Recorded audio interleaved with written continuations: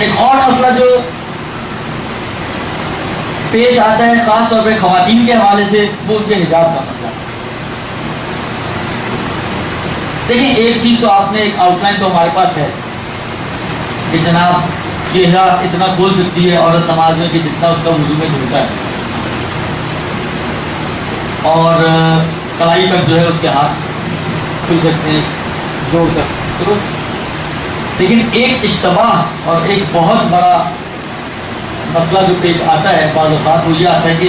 چہرہ کہاں تک دھلتا ہے ہمارے وضو میں؟ عام طور پر آپ لوگوں کو بند ہے، اس میں بتاتا ہوں آپ کو، عام طور پہ جب چہرہ دھلتا ہے تو یہ تقریباً مثلاً یہ سال واجب کے یہ مقدار تھوڑا زیادہ دھلتا ہے، کیونکہ زائد مقدار آپ دھو رہی ہیں۔ جب آپ چادر اپنی لپیٹتی ہیں تو یہ زائد مقدار جو دھلتی ہے وہ آپ کی کھلی نہیں ہونی چاہیے، باہر کے وضو میں دھل رہی ہے لیکن اس کے باوجود کھلی نہیں ہونی چاہیے نماز میں، اس لیے کہ وہ جو زائد مقدار آپ دھو رہی ہیں وہ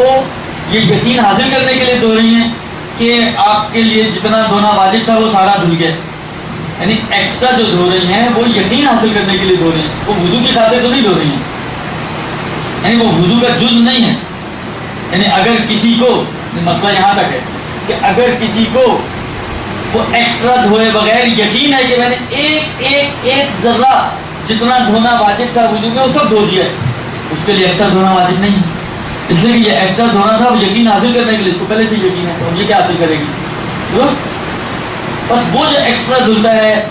وضو میں، یہ اطراف میں بھی دھلتا ہے، اوپر نیچے سے بھی دھلتا ہے، تو اس ایکسٹرا کو حتمی طور پر کور کرنا ضروری ہے نماز میں، لہٰذا اگر فرض کرے کسی نے چادر مثلا یہاں سے باندھی ہے، یہ حصہ اس کا یہ حصہ کھلا ہے، جبکہ اگر وضو کی واجب مقدار دیکھے تو یہ یہاں تک ہے، اس نے زیادہ کھول دیا اپنا، اس کی نماز باطل ہو جائے گی اگر وہ متوجہ ہے اور جان بوجھ کر یہ کام انجام دے گا، درست۔ لہٰذا یہ ایک بہت بڑی غلطی ہے جو بہت سارے لوگ نماز میں کرتے ہیں۔ اسی طریقے سے آغا سیستانی یہ فرماتے ہیں کہ حجاب میں ان کا نظریہ یہ ہے کہ یہ کٹ جو یہاں تک ہے، تو یہاں تک کی قائل نہیں ہے، مشکل ہم لوگ یہی ہوتی ہے کہ انگلی پکڑا ہو تو ہم لوگ پورا ہاتھ پکڑ لیتے ہیں، پاکستانی یہاں تک، لیکن شریعت میں یہ چیزیں نہیں چلتی ہیں۔ آغا سیستانی جو فرماتے ہیں نیچے کا جو کٹ ہے تقریباً کہتے ہیں کہ آگے وغیرہ کہتے تھے یہاں تک واجب ہے، یہ تھوڑی سی کارنر تک، آغا سیستانی کہتے ہیں کہ نہیں کارنر تک واجب ہے، بلکہ یہ یہاں تک چھپانا واجب ہے، یہ تھوڑا سا جو نیچے کا حصہ ہے، تھوڑا سا حصہ یہ جائز ہو جاتا ہے کھلنا، لیکن جب نماز میں آپ آتی ہیں تو تھوڑی دیر کے لیے ہم اتنا ہی مان لیں کہ اتنا ہی واجب ہے نماز میں یہاں تک، لیکن یہ یقین حاصل کرنے کے لیے کہ یہ پورا پوائنٹ آپ کا کور ہو گیا ہے، ضروری ہے کہ آپ اس کو تھوڑا سا اوپر تک کور کریں۔ لہٰذا آغا سیستانی کے اعتبار آغا کے حساب سے تو مطلب یہاں سے جائے یہاں پر آ جائے گا، لیکن آغا سیستانی کے اعتبار سے بھی کہ نیچے سے کور کرنا ہوگا آپ کو نماز میں، تو کم سے کم یہ تھوڑی کے کارنر تک تو اس کو آپ کو لانا ہی پڑے گا تاکہ وہ یقین حاصل ہو جائے کہ جو کور ہونے والی مقدار تھی وہ پوری کی پوری آپ کی کور ہو گئی ہے۔ یہ ایک اور جو بڑی غلطی خواتین کرتی ہیں حجاب میں، وہ یہ کرتی ہیں کہ نماز میں مسلسل اپنے حجاب سے کھیلتی رہتی ہیں، چادر ٹھیک کرتی ہیں، کبھی اوپر کرتی ہیں، کبھی نیچے کرتی ہیں، کبھی کھول کے لپیٹتی ہیں، تو آغا کوئی کے حساب سے نماز باطل ہو جاتی ہے۔ تو آغا سیستانی کا ایک ہے نظریہ جس میں بچنے کی پھر بھی گنجائش ہے، لیکن آغا کوئی کے حساب سے تو نماز باطل ہو جاتی ہے۔ میں حج میں بھی خواتین کو یہ ریکمینڈ کرتا ہوں، اور آج نماز میں بھی آپ لوگوں کے لیے ریکمینڈیشن ہے میری، اور وہ یہ کہ جب آپ نماز مصلی پہ کھڑا ہونا چاہیں، ایک مرتبہ شیشے کے سامنے کھڑی ہو کر اچھے طریقے سے ایک بال اندر کر کے جتنا کور ہونا چاہیے سب چیک کر لیں آپ، اور چیک کر کے پھر آنکھیں بند کر کے کھڑی ہو جائیں۔ تو آنکھیں بند کر کے جو مراد نہیں آپ کہیں گے وہ تو مکروہ ہے، یعنی آنکھیں بند کر کے یعنی پھر چھوڑ دیں آپ کا حجاب کہاں جا رہا ہے کہاں نہیں جا رہا، الا ان کہ آپ کو یقین ہو جائے تو ایک الگ مسئلہ ہے، لیکن شک کی صورت میں یا خود سے آپ چھیڑ چھاڑ کریں نہ چھیڑیں اس کو۔ ایک دفعہ آپ نے سارا کور کر لیا، اس کے بعد آپ نماز شروع کریں، اور نماز شروع کرنے کے بعد نماز ختم کر لیں۔ ہاں نماز کے بعد یہ سب فقہا کا اگر کوئی ہو، امام خمینی ہو، آغا سیستانی ہو، تینوں کا نظریہ یہ ہے کہ اگر نماز کے بعد آپ کو پتہ چلے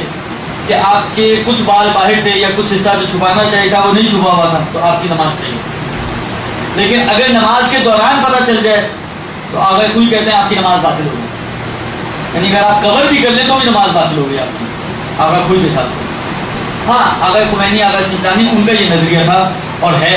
وہ یہ کہتے ہیں کہ اگر آپ وہیں پہ روک دیں اپنی نماز اور اسی حالت میں کچھ نہ پڑھیں